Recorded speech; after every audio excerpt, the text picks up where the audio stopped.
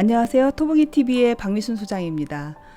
70 부동산 대책이 나온 이후로 6주 연속 상승하던 서울의 부동산 가격이 보합세를 이루고 있는데요. 다음 주에는 또 서울의 공급 대책을 발표할 예정이라서 부동산 시장은 지금 정중동의 상황을 보이고 있다라는 생각이 듭니다. 어떠한 시장의 변화가 오더라도 우리가 잊지 말아야 하는 것은 가치 투자를 바탕으로 한 10년을 내다보는 장기적인 비전을 가지고 부동산 투자에 임해야 된다라는 것일 겁니다. 오늘 토보기TV의 영률 세미나를 먼저 소개하기 전에 영률의 강사들이 중앙일보 기사에 나와서 그거 한 컷 보여드리고 세미나 소개해 드리도록 하겠습니다. 2020년 7월 21일자 기사가 난 건데요. 지금 보이시는 이 얼굴들이 우리 영률의 대표적인 그 실전 고수들이죠. 실전 투자 전문가들인데 이분들이 세무사와 감정평가사 등과 함께 부동산 시장의 환경 변화를 진단하고 또 최적화된 부동산 투자 방향을 제시해주고 있다라는 기사가 났습니다.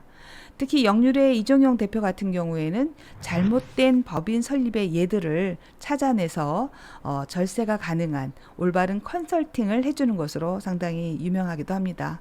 그래서 이분들이 앞으로도 많은 강의들을 하실 거기 때문에 여러분들이 이분들과 함께 올바른 투자 방향을 찾아갔으면 좋겠다라는 생각이 듭니다. 네, 오늘 영률 세미나 소개는요, 가장 오래되고 또 꾸준한 사랑을 받고 있는 영률의 기본적인 세미나를 처음 들으시는 분들이 가장 먼저 선택해서 듣는 강의를 하나 소개해 드리려고 합니다. 부동산 4대 천왕 따라하기라는 세미나인데요. 이 세미나는 부동산 분야별 내용들을 한번 대략적으로 다 훑어볼 수 있는 강의이기 때문에 토지라든가 또는 최근에 어떤 이슈 또는 어떤 특정 지역 이런 세미나를 듣기 전에 제일 먼저 들어봤으면 좋겠다라고 생각되는 세미나이기도 합니다. 4대 천왕 따라하기 세미나는 세 파트로 나눠져 있는데 첫 번째로는 가장 많은 사람들이 관심을 갖고 기본적으로 알고 싶어하는 아파트 시장을 분석하는 세미나입니다. 그래서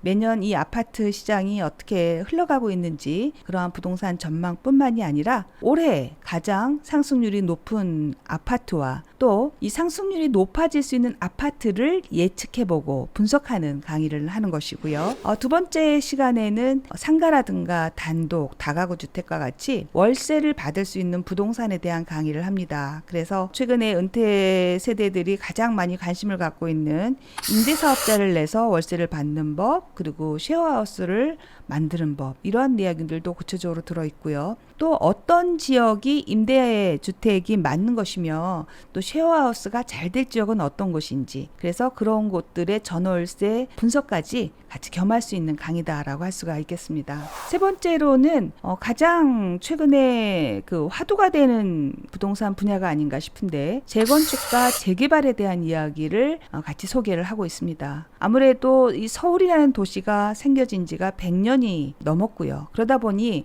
도심 재생이 활발하게 이루어져야 하는 곳이기도 하죠. 그래서 꾸준히 이 재개발과 재건축에 대해서는 관심을 놓아서는 안 되는 분야다라고 할 수가 있는데 바로 이러한 재개발과 재건축에 있어서 재개발 지역에 들어갈 때 유의해야 할 점이라든가 또는 그 지역의 권리가액 산정하는 방법 그리고 예상 평형까지도 같이 한번 분석을 해볼 수 있는 시간을 갖고 있어서 특히나 요즘과 같이 이 서울의 핫한 지역들이 많이 지금 재개발로 변모를 하고 있는데 그러한 지역들을 분석해보는 좋은 시간이 되리라고 생각이 되어서 영률에 많은 세미나들이 있지만 기본적으로 가장 먼저 들어봤으면 하는 세미나가 바로 이 부동산 4대 천왕 따라하기입니다.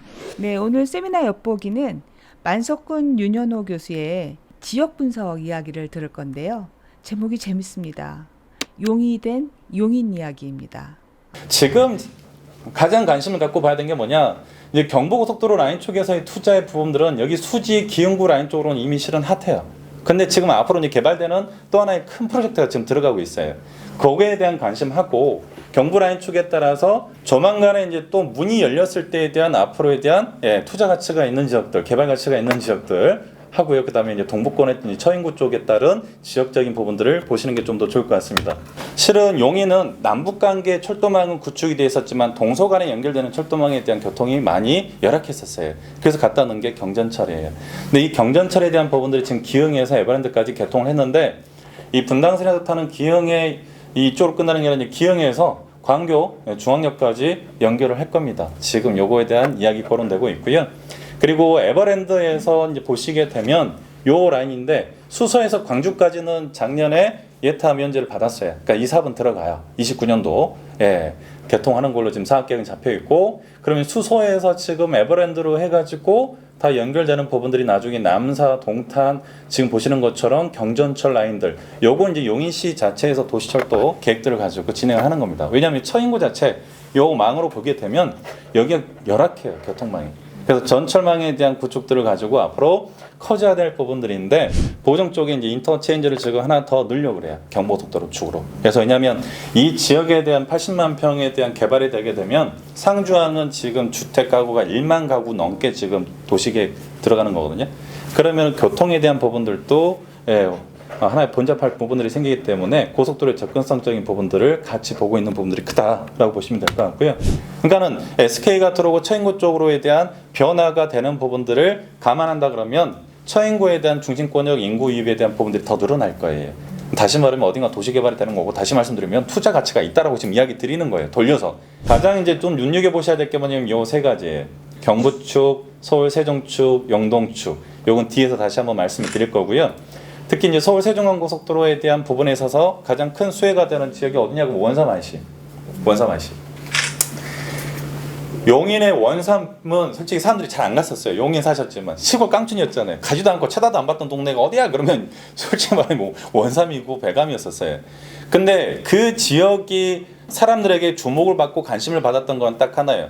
제2경부고속도로라고 말하는 서울에서 세종간고속도로가 들어가면서 거기에 원삼IC를 넣습니다. 토지는 이렇게 이야기 드려요.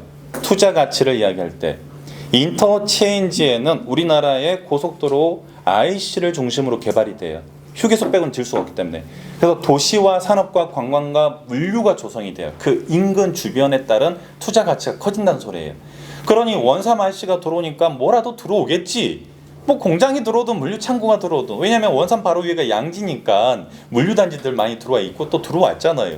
또 앞으로도 들어올 거니까 뭐라도 들어오겠지. 이렇게 이제 생각을 갖고 뭔가 기대감, 막연한 기대감은 있었죠. 근데 그게 SK가 들어올 거라는 거는 그때 당시 예측을 못한 거였죠. 아셨으면 지금 다 그 땅 갖고 계셔야 돼요. 부자 되시니까.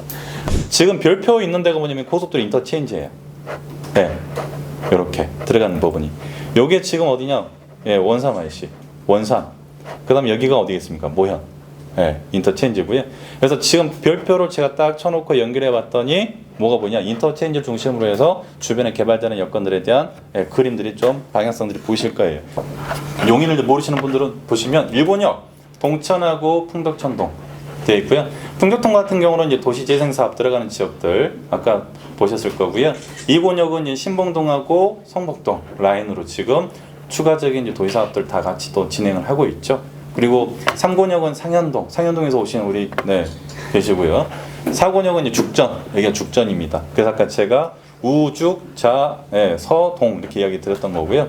바로 밑에 이제 5곤역이 보정동, 마북, 구성입니다. 그래서 보정역 축으로 해가지고 이 경부고속도로 라인에 인터체인지를 하나 넣고, 그 다음에 여기가 이제 지금 들어가는 구성역하고 용인역 GTX가 들어가요. 그래서 요 경계 라인으로 해가지고 뭐가 들어가냐면 용인 플랫폼 시티가 진행을 한다라고 보시면 될 거예요. 8권역으로 이제 광교, 그 다음에 삼성전자, 기흥반도체, 화성 반도체, 동탄 신도시 축으로 연결되는 부분에 흥덕역 축 해가지고 이렇게 아까 이야기 드렸던 부분들이 될 겁니다.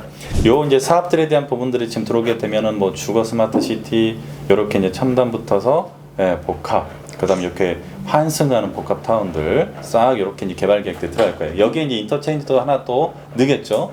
요게 이제 들어오게 되면 수지 기흥 쪽에 또 경제도시로서 향후 100년 먹거리 생각하고 가는 겁니다. 자, 이렇게 지금 들어가 있는 지역들은 뭐냐, 개발 행위 제한적으로 고시가 되어 있어요. 그래서 개인적으로 개발을 할 수 있는 부분들이 안 됩니다. 그래서 보시면 이 구역 뭐 C1, 3 해가지고 들어가는 지역마다에 대한 개발 컨셉들이 다 잡혀 있다고 보시면 돼요. 네. 요게 이제 용인 GTX 들어오게 되면 구성역하고 환승 복합, 예, 이렇게 건물이 이제 들어온 조감도입니다. 이렇게 들어오면 멋있겠죠? 예, 어마어마하게 멋있을 것 같습니다. 예, 결론 이렇게 또 들어온다 그러면 또 땅값도 집값도 올라간다라고 보셔야 되는 거고요. 자, 지금 이제 처인구 쪽으로 저는 개인적으로 수지구 기흥구 좋아요. 좋은데 앞으로 관심을 좀 가져라라고 추천한다면 처인구 쪽을 보세요. 네, 처인구. 근데 이제 한 가지 슬픈 건 뭐냐면 원삼하고 배감을 토지를 하고 묶어버렸다는 거죠. 그러니까 지금은 투자할 수 있는 정상적인 투자는 안 돼요. 그러니까 정상적인 거래를 할 수 없다는 거죠. 그러면 내가 원삼하고 배감을 투자를 하려면 어떻게 해야 돼요? 뭐 허가 받고 들어가는 것밖에는 안 되는 건데 그렇지 않을 건 뭐냐? 경공매로 들어가는 수밖에 없어요. 근데 도시가 거기는 앞으로 좀 확장될 것 같아요.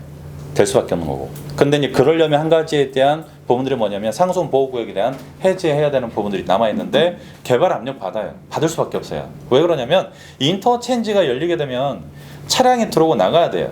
근데 용인의 고속도로 인터체인지를 만들어준다는 건 뭐냐? 개발을 하겠다라는 의지가 들어가는 거예요. 그럼 개발하려면 규제도 풀어줘야 돼요. 지금 경부고속도로 라인의 교통량이 100이다 그러면 제2경부가 개통되면 교통량이 최소한 30-40%는 옮겨집니다. 분산됩니다. 네, 세미나 재밌게 보셨나요? 용인의 도시기본계획에 따라서 앞으로 용인이 어떻게 커나가는지를 알 수 있는 강의였다라는 생각이 듭니다. 일반적으로 이 토지를 잘 모르시는 분들은 용인하면은 분당선이나 신분당선 라인을 따라서 이 수지구 쪽에 많은 관심을 가지셨을 거라는 생각이 듭니다. 그런데 용인 같은 경우에는 사실 어떤 산업의 거점이다라고 할 수가 있습니다. 강남에서 판교로 이어지고 판교에서 용인을 거쳐서 다시 평택까지 이어지는 그런 한 거점이 될 수 있는 곳인데 최근에 뭐 GTX도 들어가고 또 GTX가 들어가는 이유가 있죠. 그곳에 굵직굵직한 산업이 있기 때문에 GTX가 연결되는 것이다라고 보시면 될 것 같고요. 그러한 방향이 기존의 어떤 수지구보다는 기흥구라든가 처인구 쪽으로 많이 넘어가는 것을 강의를 통해서 알 수가 있었고요.